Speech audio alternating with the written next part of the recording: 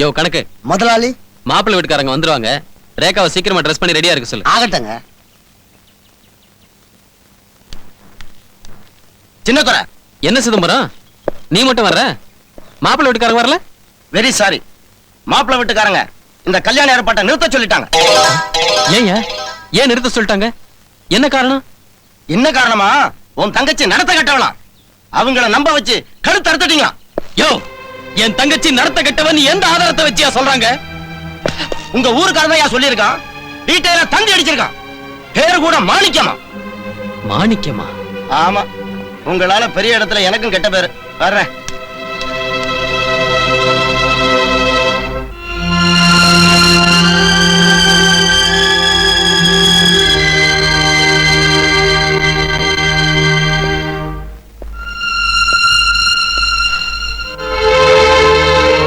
அந்த வெறி பிடிச்ச நாயை நான் விட மாட்டேன். முதலாளி, நடந்ததெல்லாம் நான் பார்த்துக்கிட்டு தான் இருந்தேன். தப்பா நினைக்காதீங்க. குறிப்பிட்ட தேதியில உங்க தங்கச்சி கல்யாணம் நடக்கலனா அப்புறம் எப்பவுமே நடக்காது. யோசிச்சு ஒரு நல்ல முடிவுக்கு வாங்க.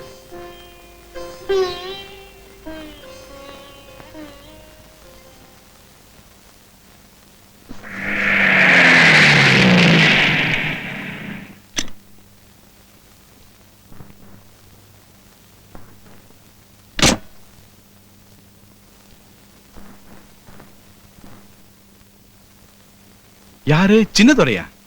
வீடு வரைக்கும் வந்துட்டு ஏயா வாசல்லே நிக்கிற? தயங்காதையா, வா வாயா.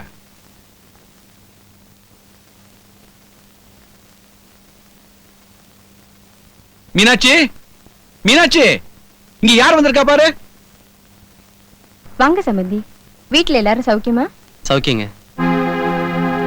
அன்னைக்கு உங்ககிட்ட நான் நடந்துகிட்டதுக்கு ரொம்ப வருத்தப்படுறேன். பழசெல்லாம் மறந்துருங்க. அட நீ ஒண்ணு, அத நான் அன்னைக்கே மறந்துட்டேயா. என்ன சம்பந்தி திடீர்னு வந்திருக்கீங்க?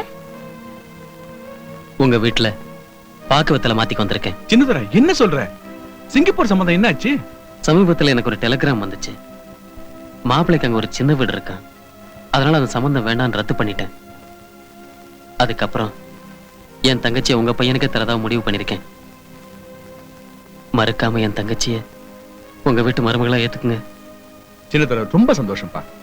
உன் வீட்டுல சம்பந்தம் வச்சுக்கிறதுக்கு நான் கொடுத்து வச்சிருக்கேன். எனக்கு என்ன சொல்றதுன்னு தெரியல. நான் பேசினதெல்லாம் மறந்து இவ்வளவு பெருந்தன்மையா நடந்துக்கிறீங்களே, காலமெல்லாம் உங்களுக்கு நான் நன்றி கடன் பட்டிருப்பேன். அப்ப நான் புறப்படுறேங்க. எவ்வளவு நாளாச்சு நம்ம வீட்டுல நீ சாப்பிட்டு? மீனாட்சி, இலை போடு, சாப்பிட்டு போலாம். மீனாட்சி, இலைய போட்டு அங்க என்னமா பண்ணிட்டு இருக்க? சம்மந்தி கோச்சுக்கு போறாரு, சீக்கிரம் கொண்டு வா. இத வந்துட்டேங்க.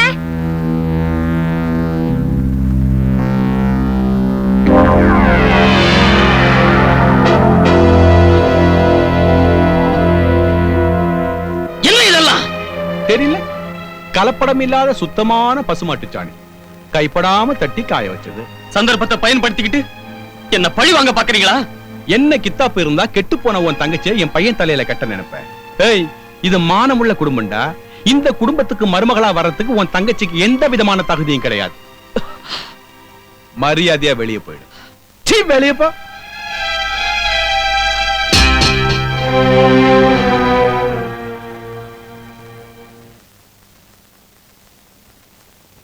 ஹலோ, ஒரு நிமிஷம்.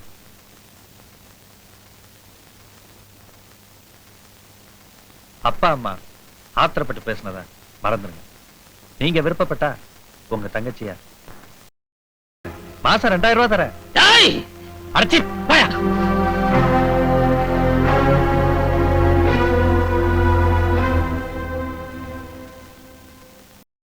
இன்னும் பல வீடியோக்களை காண சன் லைஃப் சேனலை சப்ஸ்கிரைப் பண்ணுங்க.